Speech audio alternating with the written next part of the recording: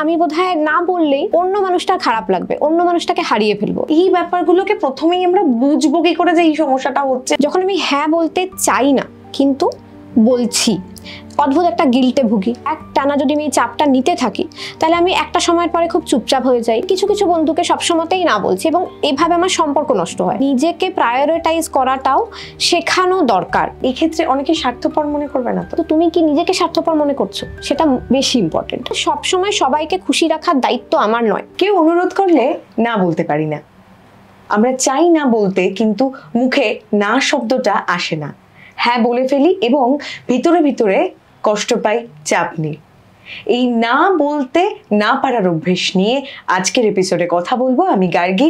আমার সঙ্গে রয়েছেন মনোবিদ এবং লাইফ কোচ ওয়েন্দ্রিলা চট্টোপাধ্যায়। নমস্কার ওয়েন্দ্রিলা, দাওয়ালে তোমাকে স্বাগত। জানো তো আমিও না বলতে পারি না। কেউ যদি কোনো কিছু অনুরোধ করে হ্যাঁ বলে দিই। তো এই ব্যাপারটা কোথা থেকে আসে, এই যে অভ্যেসটা, এই অভ্যেসটা কোথা থেকে আসে? আমার মনে হয় প্রথম যে জায়গাটা থেকে আসে সেটা হচ্ছে পরিবার। আমরা আমাদের মাদেরকে দেখেছি সবসময়তে যে যা চাইছে সবসময় দিয়ে দিচ্ছে এবং আমাদের মধ্যেও সেটাই শেখানো হয় যে কাউকে ফেরাবে না, তোমার কাছে যে যেটা চাইছে সেটা না দিলে তুমি ভালো ছেলে বা ভালো মেয়ে হতে পারবে না।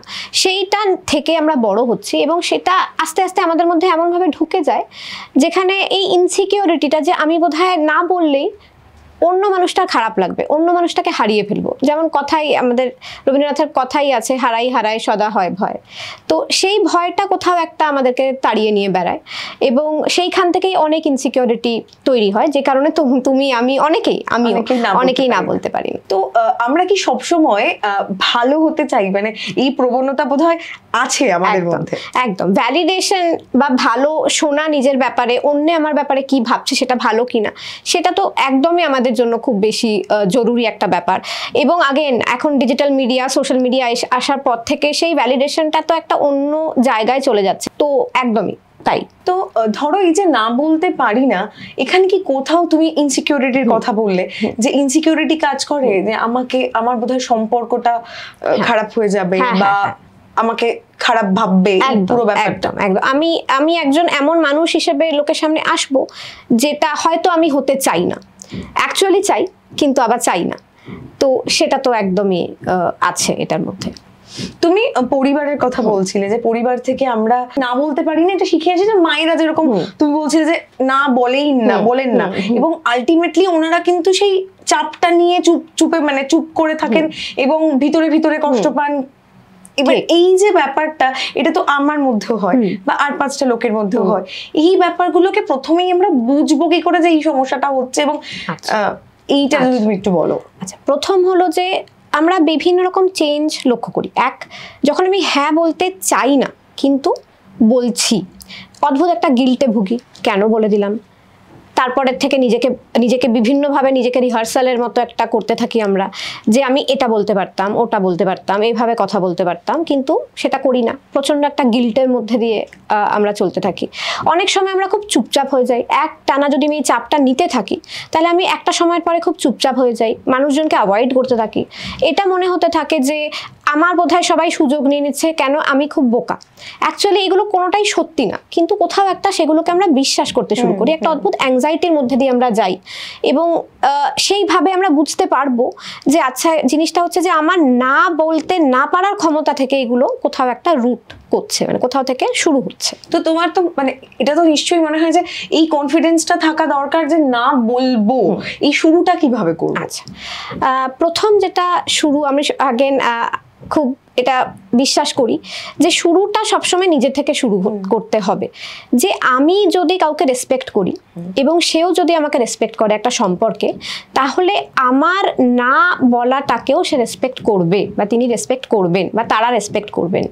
আজ যদি আমাকে কোনো বন্ধু বলেন যে আমাকে এই জায়গায় এখানে এসে আমার সাথে দেখা করার, আমার যদি সেই সময় সত্যি পসিবল না হয়, তাহলে আমি সেটা অ্যাকসেপ্ট করব যে আমার বন্ধু আমাকে খারাপ ভাববেন না, বা যদি ভাবেন তাহলে তিনি কি সত্যি আমার বন্ধু, যদি আমার কষ্টটা বা আমার অসুবিধাটা তিনি না বুঝতে পারেন এবং বারবার না বুঝতে পারেন। অনেক সময়তেই হয় আমাকে অলমোস্ট এটা টেকেন ফর গ্রান্টেড এরকম হয়ে যাই আমরা না বিভিন্ন মানুষের কাছে। ধরো তুমি না বললে পরিবারে, এবার সেক্ষেত্রে বা বড়দের কাছে বিশেষ করে অনেকে বলে এটা অভদ্রতা, কিন্তু এটা কি সত্যি অভদ্রতা না এটা আদতে তুমি একটা বাবেল তৈরি করছো? একদম একদম কোনো অভদ্রতার জায়গা নেই। আমার মনে হয় পরিবারের এটা বোঝা উচিত যে আমরা যেরকম নিজেদেরকে ছেড়ে অন্যদেরকে রেসপেক্ট করতে শেখাই, কোথাও একটা নিজেদের কে রেসপেক্ট করা, একটা সেলফ রেসপেক্টের জায়গা বা নিজেকে প্রায়োরিটাইজ করাটাও শেখানো দরকার। বাচ্চাদের শেখানো দরকার, ইয়াং অ্যাডাল্ট যারা বড় হচ্ছেন তাদেরকে শেখানো দরকার এবং নিজেদেরও শেখা দরকার। যে একজন মা হিসেবে আমার শেখা দরকার যে আমি নিজেকেও রেসপেক্ট করব। আমাকে যদি কেউ এসে কিছু বলেন আমি ভেবে দেখব সেটা আমার পক্ষে এই মুহূর্তে পসিবল কিনা, এবং এটাও বলা শিখতে হবে যে কোন সময় কিভাবে বললে সেই মানুষটারও খারাপ লাগবে না, এবং এটা অ্যাকসেপ্ট করতে হবে। কখনো কখনো আমি না বললে অন্যদের খারাপ লাগতে পারে, বাট দ্যাটস ওকে। যেমন আমাকে কেউ না বললে আমারও খারাপ লাগে, বাট আমরা সেইভাবেই এগোই জীবনে, না, এটা not the end of the world. ধরো যে ধরো আজকে আমার অফিস আছে, কালকে আমার উইক অফ, এবার এই উইক অফে আমার একটা কাজ পড়লো, ঠিক ডেফিনেটলি আমার একটা প্ল্যান থাকবে, এবার সেই প্ল্যানটাকে আমাকে যখন বাদ দিতে হচ্ছে আমার জায়গা থেকে, তখন তো একটা খারাপ লাগা তৈরি হয় এবং অনেকে সেটা বার্স্ট আউট করে, কিন্তু অনেকে ভিতরে ভিতরে সেটা চেপে রাখে।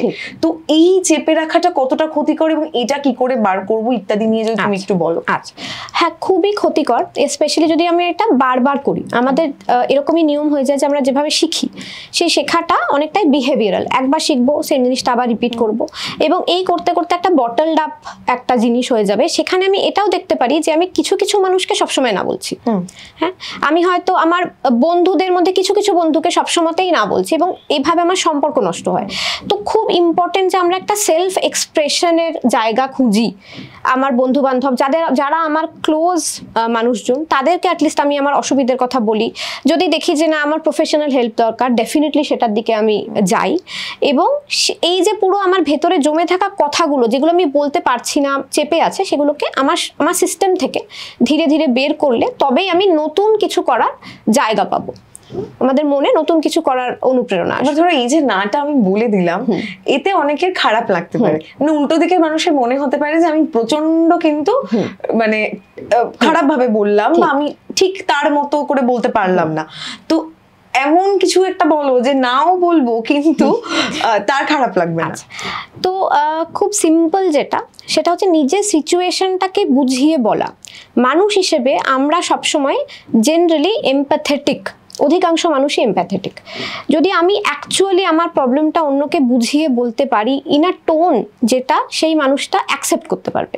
আমি যদি ফোন করে বলি আমি কালকে আসবো না, ভার্সেস আমি যদি ফোন করে বলি আমি সত্যিই খুব যেতে চাইছি, আমি কালকে তোদের সাথে বেরোতে চাইছি, কিন্তু আমার অফিস ডিমান্ড করছে, আমি শিওর তুই বুঝবি এবং সেই কারণে আমি বোধহয় কালকে যেতে পারবো না, বাট তোরা নেক্সট যখন প্ল্যান করবি আমাকে প্লিজ জানাস। তাহলে একই সাথে আমি মানুষটাকে হার্টও করলাম না, আমার কথাটাও বোঝালাম এবং তারও কোথাও একটা এটা ফিল হলো যে ইউ আর ইন্টারেস্টেড, এরকম নয় যে you are just blocking everything. তো আমি সবসময় না বলি না, আমি মাঝে মাঝে না বলি। এগুলো ছোট ছোট কিউ দেয় মানুষকে এটা বোঝার জন্য যে আমাকে ইউ ক্যান ট্রাস্ট মি। তো সেটা একটা খুব ইজি জিনিস যেটা ট্রাই করতে পারো। ধরো না তো বলে দিলে, তারপরে বাড়ি আসার পর মনে হয় যে ইস কেন বললাম। তো এই ব্যাপারটা কিভাবে কাটিয়ে ওঠা যায়? এটা অনেকের মধ্যেই থাকে, অলমোস্ট লাইক আ ফোমো। যদি আমি না বললাম তাহলে আমি তখন ভাববো যে আমি নাটা কেন বললাম। আমি তো কোনো একটা কারণে না বলে থাকতে পারি। একটা হতে পারে যে আমি অ্যাকচুয়ালি ওখানে যেতে চাইনি, বা আমি ওরকে এই হেল্পটা এই মুহূর্তে করার মতো জায়গায় নেই। তাহলে I will have a discussion with my self যে আমি কেন আমি না বললাম। প্রথম যদি আমি দেখি সেই রিজনটা খুব ইম্পর্টেন্ট, তাহলে অটোমেটিক্যালি আমি নিজেকে বুঝিয়ে নিতে পারছি। যদি দেখি এটা ইম্পর্টেন্ট না, তাহলে আই স্টিল হ্যাভ এরকম হতে পারে যে আমি গিয়ে সেই মানুষটিকে আবার বললাম যে ঠিক আছে আমি তোকে না বলেছিলাম, আর আমি সেকেন্ড থট করলাম, আমি নিজেকে অ্যাভেলেবল করলাম। সেটা ডিপেন্ডস, কিন্তু সেই রিজনটা খুব ক্লিয়ার হওয়া উচিত যে আমি কেন না বলছি। হ্যাঁ, এবং কখনো কখনো আমি না বলবো।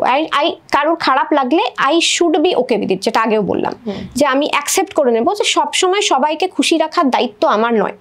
ঠিক যেমন অন্যকে আমি না বলছি, সেই সময় I am choosing my self and আমার ওয়েলবিংটা ইকুয়ালি ইম্পর্টেন্ট, সেটা কোথাও না কোথাও আমাদের বোঝা খুব দরকার, নিজেকে রিমাইন্ড করা খুব দরকার। তো এমন ধরো শুধু মানে নিজের কথা ভাবছি না বলছি, এই ক্ষেত্রে অনেকে স্বার্থপর মনে করবে না? তো করতে পারে, কিন্তু তুমি কি নিজেকে স্বার্থপর মনে করছো সেটা বেশি ইম্পর্টেন্ট। অন্য কে কি মনে করছে সেটা যদি আমি সবসময় ভাবতে যাই তাহলে তো আমার ভালো থাকাটা খুব ডিফিকাল্ট। এবং সেইটা কাটিয়ে উঠবো বলেই স্বার্থপরতা ভার্সেস নিজেকে চুজ করা একটা সূক্ষ্ম পার্থক্য আছে। সেই পার্থক্যটা আমি শিওর আমরা এতদিনে নিজেদেরকে চিনি, আমরা জানি যে আমরা স্বার্থপর নই এবং আমরা নিজেদেরকে চুজ করছি। আমাদের সেটা একটা দায়িত্বের মধ্যে পড়ে, এটাও একটা ডিউটি। বিকজ আমি যদি আজকে নিজেকে চুজ না করি, কালকে আমি আরো বেটার ভাবে তাকে হেল্প করতে পারবো না। আমি যদি নিজের মধ্যে একটা রিসোর্স তৈরি না করি, almost like an emotional bank balance বলো, সেই ব্যাংক ব্যালেন্সটা যদি আমার না থাকে তাহলে তো আমি কাকে দেবো কি করে, তাই না? আমাকে লং টার্মে ভাবতে হবে, নট শর্ট টার্ম। দর্শকদের জন্য একটা বাড়ির হোমওয়ার্ক দেব, সেটা হচ্ছে যারা না বলতে পারেন না তারা একটা খুব ইজি টেকনিক থেকে স্টার্ট করতে পারেন। ধরুন কেউ আপনাকে জোর করে কিছু খাবার দিচ্ছে যেটা আপনার খেতে ইচ্ছে করছে না, মা হতে পারে, ফ্যামিলি অন্য মেম্বার্সরা হতে পারেন, কোওয়ার্কার্সরা হতে পারেন, তাকে আজকে না বলুন। এটা খুব সিম্পল, এবং না কিভাবে বলছেন সেটাকে দেখুন, দেখে নিজে নিজে ট্রাই করুন। এবং এটা খুব ছোট্ট একটা ট্রিক যেটা দিয়ে এই জার্নিটা আপনি স্টার্ট করতে পারেন। So definitely try it. Thank you so much Oindrila. আপনারা শুনলেন, না বলা মানে স্বার্থপর হওয়া নয়, না বলা মানে সবার কাছে খারাপ হওয়া নয়। না বলতে হবে, না বলতে শিখতে হবে এবং কোথায় বলবো সেটাও জানতে হবে। এই এপিসোডটি ভালো লাগলে লাইক, শেয়ার, কমেন্ট করবেন। আর মানসিক স্বাস্থ্য নিয়ে কোনো প্রশ্ন থাকলে স্ক্রিনে দেওয়া নম্বরে জানাবেন। আমরা আপনাদের নাম পরিচয় গোপন রাখবো। আমরা ফিরে আসবো আরো নতুন পডকাস্ট নিয়ে। ততক্ষণ দেখতে থাকুন দ্য ওয়াল, কারণ খবর এখন এখানেই। নমস্কার।